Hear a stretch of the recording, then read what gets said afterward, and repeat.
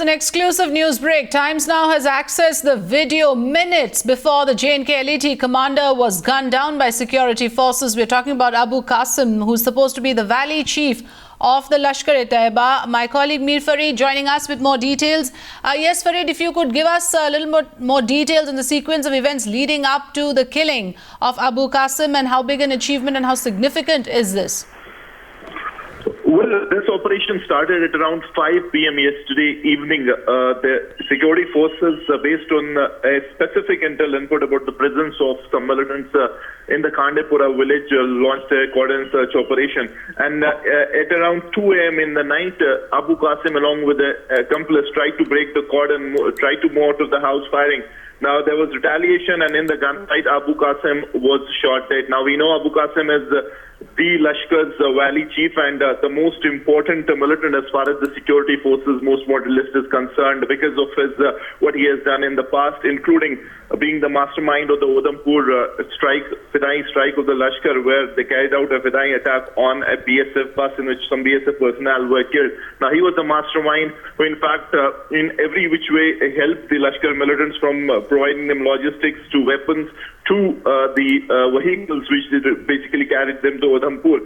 Now, it's not only in that case, but in other cases as well, he was involved. Now, this is a video which Times Now has exclusively accessed this video, and this is the only video of Abu Qasim that has surfaced so far, and this is just before his killing. Now, he's seen in a room with an OGW of the Lashkar, and it was only after this, minutes or hours after this video, that he was killed by the police and the army.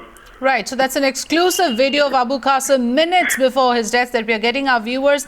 Farid, also, if you could tell us, with this, can we now say that the forces have really struck at the heart of Lashker-e-Taiba? To what extent will the LET operations be crippled in Jammu and Kashmir?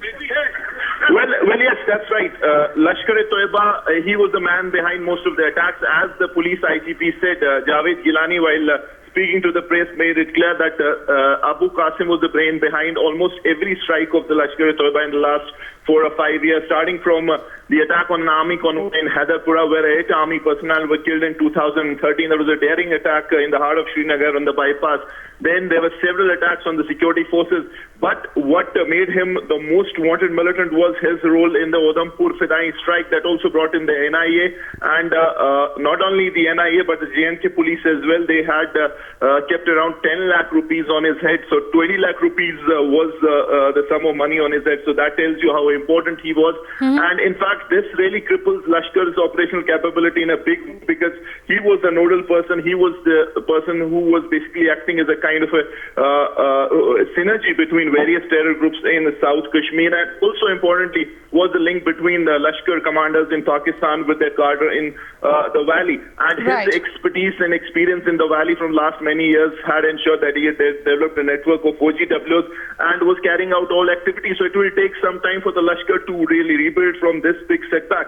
So that is why the police is relieved after this operation. Right. It is also being reported that he recently killed the valley's top counter-insurgency cop, Altaf Ahmed, in Bandipora. So like you're saying, that his power and influence has been immense. He was the main link between the Lashkar commanders in Pakistan with the foot soldiers operating in the Kashmir Valley. If you could also give us a sense of what are the other big operations that he was involved in. I believe he was also responsible for the killing of BSF men in Pampore in the year 2013.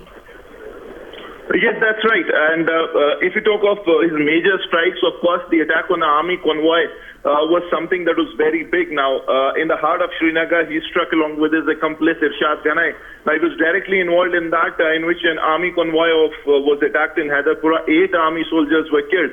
Now, after that, he also attacked a BSF convoy in Pampore. Then he was also said to be responsible for the attack on the ex-director of the Sher-e-Kashmir Medical Institute, Dr. Jalal, in which Dr. Jalal, along with 2 of his police bodyguards, was killed. So other than that, also, as I said, he was also someone who was recruiting fresh blood. He was bringing in new youth to the militancy. So that way also he was someone who was creating a lot of problems for the police and the security agencies. And also importantly, as you touched the case of Altaf, he was the #1 counterinsurgency cop of the J&K police, and in a close combat situation in Bandipora when he was tracking Qasim hit back and he killed Altaf as well. So that was a big setback for the police, the biggest in the last 30 years if you believe the police officers. So in that way, the police today, of course, the army, police and everyone is relieved seeing Abu Qasim dead, because now they know that it will take some time for the Lashkar to really raise another Abu Qasim. Until that time, they can also strike on their OGW network and in a way ensure that the Lashkar's operational capability, at least for the next few years, is crippled till the time they really find an alternative to Abu Qasim. Right, and also give us a status of the encounter in Kulgam. Like we believe he was killed at around 2 a.m. on Thursday. Now is the encounter still on? I believe there are a couple of more terrorists holed up there. Yes, that's right. According to the police, they say that there are at least 1 or 2 more that are still there, and why they are sure about is because they have seen one of them with Abu Qasim. As Abu Qasim tried to break the cordon at around 2 a.m., he had with him another accomplice. So once Abu Qasim was shot dead, the other militant really got back into the house or into the hideout to where they were camping for some time. So that really tells you that it could be either 1 or 2. And right now, as I speak to you, cordon has been tightened and they're trying their best to neutralize those 2 militants as well. Right. Overall, Farid, if you could also tell us that how big an achievement do you really think it is for the forces? Is it a major success in the sense that he was a major link with the Pakistani commanders and the foot soldiers in Jammu and Kashmir? Now, to that extent, would it be fair to say that the Lashkar operations in the valley would remain badly crippled? Well, if you talk of Abu Qasim, for any Pakistani commander to survive in the valley, it requires a lot of expertise and also importantly the know-how of the area. Now he was someone who had been active for years now and was very well versed now with the local contacts as well as addresses, and they had also developed a very good overground network of Lashkar. Now this is something that really helps them to carry out their activities. So in that way he was very, very smart in doing all those things, and that is why it was creating a lot of problems for the security agencies. Now importantly, other than him, there is no major commander of the Lashkar who has really come up to that prominence. So that is why he was very important for the police. But if we talk off the second strung of Lashkar, there is no big threat for the police or the security agencies as of now. He was the person who was on the most wanted list, and in fact, if you talk of his operational capability, he was denting. In fact, he was carrying out various attacks. So are the Lashkar operations, are the wings clipped in a way? Is this, that sense, a major success? Many thanks, Mir Farid, for reporting from Srinagar.